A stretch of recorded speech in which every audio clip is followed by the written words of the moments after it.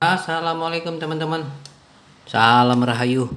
Ketemu lagi di channel Misteri Sumatera 88. Dan kita masih juga di pembahasan tentang legenda tewasnya Mahapati Gajah Mada di Tumihang. Nah, sekarang kita akan memasuki babak baru dan kita akan masih bercerita tentang situasi Perang Bali tahun 1343 Masehi. Karena Perang Bali ini banyak mengungkapkan sebuah rahasia-rahasia antara siapa itu Gajah Mada dan siapa itu Aditya Warman. Dan apa motif politik Kerajaan Majapahit.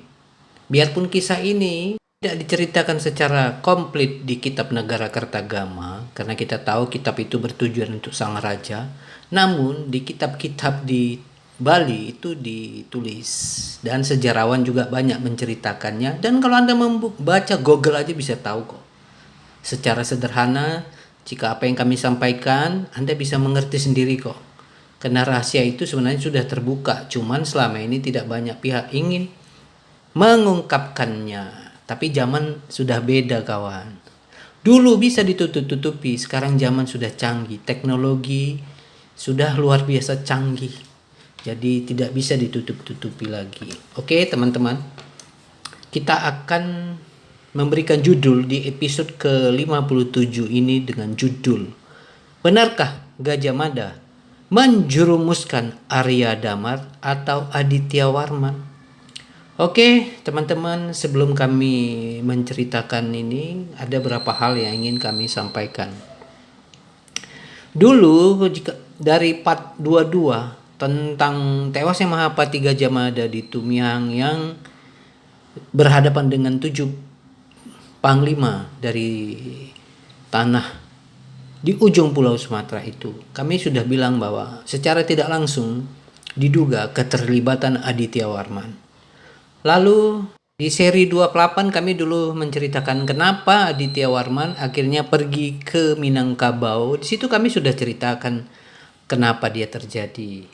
Lalu di seri 31 juga kami sudah menceritakan kenapa Aditya Warman mempunyai pengaruh politik kawasan waktu dia datang ke Minangkabau. Di seri 33 kami juga pernah menceritakan kenapa Aditya Warman tidak mau bantu logistik kepada pasukan Majapahit dipimpin oleh Gajah Mada waktu rencana mau menyerang negeri Haru.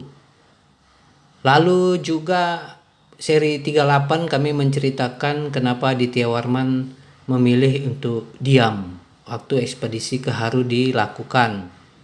41 kami juga menceritakan bahwa siapa itu Aditya Warman? Kenapa Gajah Mada tidak berani menghadapi Aditya Warman? Anda boleh baca di seri yang kami sebut itu. Dan semua akan selalu dijawab di tragedi di Bali ini teman-teman. Karena itu ada sebab musababnya. Oke, kita akan ceritakan. Kami ulang judul seri ke-57 ini dengan judul Benarkah Gajah Mada menjurumuskan Arya Damar atau Aditya Warman? Kita mulai. Siasat politik daerah Sumatera dan drama penaklukan Bali tahun 1343 Masehi.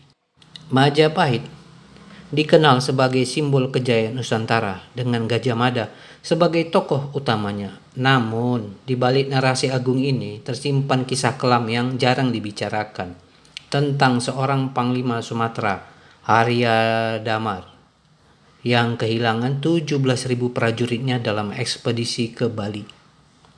Dalam buku karya M. Yamin dijelaskan bahwa penaklukan Bali adalah hasil dari rencana militer dua sayap yang dipimpin oleh Gajah Mada dari selatan dan Arya Damar dari utara. Namun kenyataannya Arya Damar harus menghadapi gempuran besar tanpa dukungan nyata dari pihak Gajah Mada hingga nyaris seluruh pasukannya musnah. Lebih menyakitkan lagi, dalam catatan Enung Nuryayanti, Arya Damar bahkan menuduh penunjukan dirinya sebagai komandan perang hanyalah jebakan, upaya terselubung untuk menjerumuskannya. Api dan asap yang dinyalakan di Mimba, tempat Gajah Mada berada, seolah menjadi tanda serangan yang tidak pernah datang. Sementara itu Arya Damar atau Aditya Warman dihantam hebat dari Jimbaran. Apakah ini benar-benar siasat perang yang gagal atau ada skenario politik di balik layar? Apakah Arya Damar dikorbankan agar Gajah Mada tetap tampak tak tercela di mata Majapahit dan sejarah? Pertanyaan ini menyentuh inti dari narasi terselubung yang tersirat dalam berbagai sumber sejarah dan sastra seputar ekspedisi militer Majapahit ke Bali. Apakah Arya Damar yang dalam banyak tafsir dianggap sebagai Aditya Warman muda dikorbankan demi menjaga citra Gajah Mada tetap agung dan tak bercela? Mari kita telusuri bukti dan logikanya. Pertama, indikasi dari korban besar 17.000 tentara Aditya Warman gugur. Dalam buku Gajah Mada, Sistem Politik dan Kepemimpinan karya Enung Nurhayati serta catatan M. Yamin disebutkan bahwa Arya Damar kehilangan 17.000 dari 20.000 tentaranya saat menyerbu dari sisi utara Bali. Sebuah kehilangan yang amat besar dan tragis, bahkan untuk ukuran perang besar pada masa itu. Ini menimbulkan pertanyaan, mengapa pasukan Arya Damar mengalami tekanan sehebat itu, sedangkan pasukan Gajah Mada belum bergerak. Kedua, taktik api dan asap yang dilakukan oleh Gajah Mada di Mimba diduga memberikan sinyal palsu, membuat Arya Damar maju lebih dulu tanpa dukungan penuh. Kedua, strategi dua sisi, Gajah Mada tetap aman, Arya Damar di garis depan. Arya Damar merasa dijerumuskan. Ia menuduh Gajah Mada sengaja mengatur skenario agar ia dan pasukannya hancur lebih dulu. Tuduhan ini tidak langsung dibantah, hanya dijawab dengan retorika bahwa api dan asap bertujuan untuk membakar semangat tempur. Dalam dunia politik istana, tuduhan ini sangat berbahaya, namun nyaris tak masuk akal dalam catatan sejarah mainstream. Mengapa? Karena tampaknya sejarah disusun untuk menampilkan Gajah Mada sebagai sosok ideal, strategis, kuat, dan tanpa cacat. Padahal akhirnya Gajah Mada pun tak tercatat di dalam kitab Negara Kertagama setelah perang bubat. Arcanya pun tak dibangun oleh Majapahit.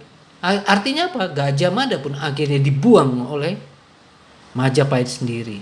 Lanjut. 3. Penghapusan dari narasi besar. Walaupun berhasil menaklukkan Bali dan bahkan meletakkan saudara-saudari sebagai penguasa di sana, peran Arya Damar nyaris dihapus dari narasi Majapahit besar. Sebaliknya, Gajah Mada tetap dielu-elukan sebagai arsitek Nusantara, dan sebagian besar sejarah menutup mata terhadap konflik internal di Bali ini. Namun, zaman sudah berubah. Teknologi dengan makin canggih, semua sekarang bisa dibuka, tak ada yang bisa menutup-nutupi. Zaman sudah waktunya membuka semua aib. Yang busuk akan dibuka, dan yang ditutupi akan terbuka. Zaman sudah canggih, kawan. Dunia sudah berubah. Itulah semuanya akan terbongkar sendiri. Aditya Warman dengan bairawatan terakhir rukanya, dengan kekuatan kosmiknya, dan kekuatan itu tidak akan diam. Dia akan membuka dengan caranya sendiri. Teknologi mungkin itu adalah salah satu kekuatan untuk membuka ini semua. Oke teman-teman, kesimpulan dari kejadian ini ialah, ya sangat mungkin saja bahwa Arya Damar dikorbankan secara politis dan militer agar Gajah Mada tetap terlihat sebagai tokoh yang sempurna di mata Majapahit dan dalam sejarah resmi. Biarpun akhirnya Gajah Mada setelah perang bubat dibuang juga, tak tercatat lagi. Pengorbanan besar, kehilangan nyawa ribuan tentaranya, hingga konflik internal yang tak pernah benar-benar diselesaikan secara terbuka adalah indikasi kuat adanya konflik elit dan manipulasi sejarah. Catatan akhir, sejarah yang ditulis oleh pemenang kerap menghapus luka yang ditanggung oleh sekutu yang dikorbankan. Arya Damar atau Aditya Warman mungkin adalah salah satu tokoh besar yang tidak dibinasakan musuh, melainkan dikorbankan oleh rekannya sendiri demi stabilitas narasi kejayaan Majapahit. Dan di satu sisi Aditya Warman juga memang benar-benar hebat teman-teman. Kisah-kisah ini tercatat dalam sejumlah sumber sastra tradisional Bali, seperti Kakanwil Gajah Mada, Babat Ratu Tabanan, Kidung Pamancanga, dan Usana Bali, dan banyak sumber-sumber primer di Bali yang banyak menceritakan kisah ini teman-teman ya.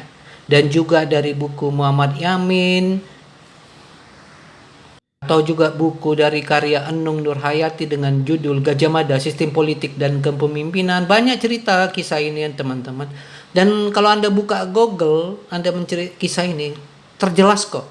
Kelihatan banget kisah ini ada teman-teman. Jadi Anda bisa ngambil perbandingan. Apa yang kami sampaikan ini, itu benar-benar nyata.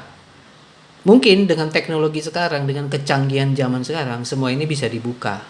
Sebagai penutup, jangan pernah katakan ini cocokologi, karena kami juga akan meleparkan kenapa kitab Pararaton, kitab tak jelas itu, yang banyak dipuja-puja itu, yang kadang-kadang dipakai untuk pegangan, kadang-kadang dibantah. Yang sejarawan di seluruh Nusantara ini, bahkan sejarawan di Pulau Jawa, memperdebatkan itu kitab asli atau tidak. Sehingga kalau ini dibilang cocokologi, ya kami juga akan mengatakan, berarti kalau Anda mengambil kisah dari Pararaton, Anda melakukan cocokologi juga kan. Jadi biar berimbang, kisah ini kami sampaikan, kami juga sudah sampaikan sumber primernya, jadi supaya berita ini seimbang. Oke teman-teman, jangan lupa zaman sudah canggih, teknologi sudah hebat, gak ada yang bisa menutupi semuanya lagi. Jangan lupa like, komen, dan subscribe. Sampai ketemu di episode berikutnya.